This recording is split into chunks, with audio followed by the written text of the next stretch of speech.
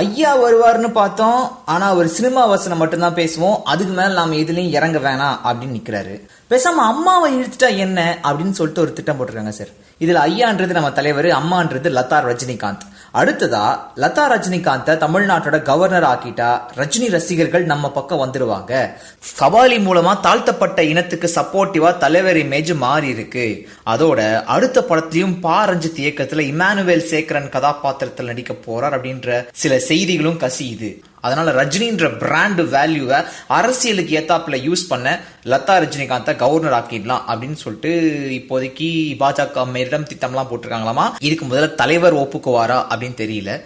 அடுத்ததா லதா ஒத்துக்குவாங்களா அப்படின்னு தெரியல. ஆனா நடந்துருச்சுன்னு வச்சுக்கோங்க, ஹிஸ்டரி சார். சப்போஸ் இந்த பிளான் சொதப்பிடுச்சு அப்படின்னா ஒரு பேக்கப் பிளானும் இருக்கு. குஜராத்தோட முதல்வரா இருந்த ஆனந்தி பென் பட்டேல் அவங்க தமிழக கவர்னரா நியமிக்கிறதுக்கு யோசிச்சுட்டு இருக்காங்களாமா. அதுக்கும் தமிழக முதல்வர் ஓகே சொல்லிட்டாங்களாமா.